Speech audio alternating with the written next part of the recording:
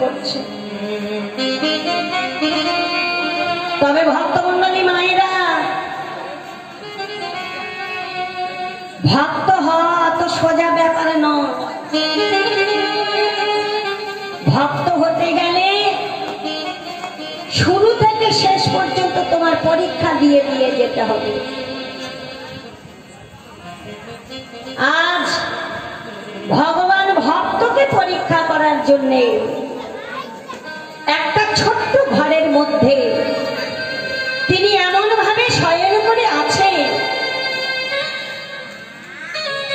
মহাপ্রভুর মস্তকার পদ দেখা যায় না।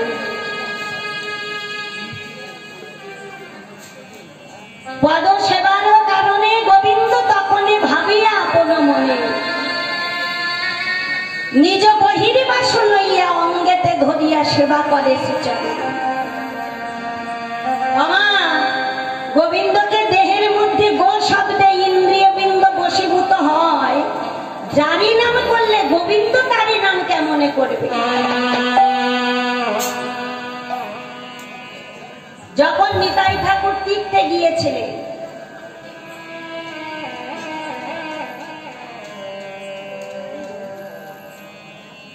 আজকের লীলার নাম হলো ভক্তের ভগবান।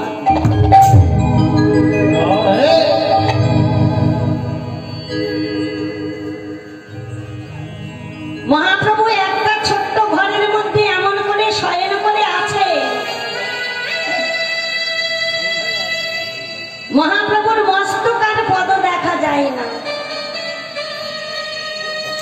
তা গোবিন্দকে দেহের মধ্যে গো শব্দে ইন্দ্রিয় বৃন্দ বশীভূত হয়, যারই নাম করলে গোবিন্দ তারই নাম কেমনে করবে? না, যখন নিতাই ঠাকুর তীর্থে গেলেন, মায়েরা ভালো করে শ্রবণ করে, কোন তীর্থে? গয়া, কাশী, প্রভাস, দ্বারকা, হস্তিনা, নৈমিষা, রণ্য, অযোধ্যা, দাবির, হিমালয়, বদরিকা। এই যাওয়ার বেলা নিতাই ঠাকুর তীর্থ ভ্রমণ করতে করতে হঠাৎ মা নিভাননীর গোবিন্দ মন্দিরে অতিথি রূপে আশ্রয় গ্রহণ করলেন। আর নিভাননীও তাকে অতিথি অতিথি সংস্কার করলেন। নিভাননীর গোবিন্দ মন্দিরে থাকতেন নিতাই ঠাকুর আর ভাগবত পাঠ করতেন। ভাগবত অর্থে ভয়ে ভাব, গয়ে জ্ঞান, বয়ে ব্রহ্ম, তয়ে তত্ত্ব। সেই ভাগবত 7 দিন সেবা করার পর যখন বিদায় গ্রহণ করলেন, নিভাননী গিয়ে কি করেছে? মায়েরা, আমাদের বাড়িতে অতিথি এলে আমরা পদ সেবা করে যার যেমন ক্ষমতা সেবা দিই, তাই তো? তা নিভাননী ওই রকম সেবা করেছে। সেবা করার পর নিতাই ঠাকুর যখন চলে যাচ্ছে, মা কি করেছে? চরণে প্রণাম করেছে।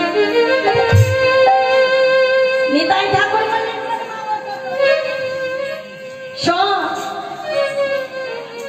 এত সুন্দর করে তুই আমাকে সেবা দিয়েছিস, তোর সেবা যত্নে আমি অতীব সন্তুষ্ট, খুশি।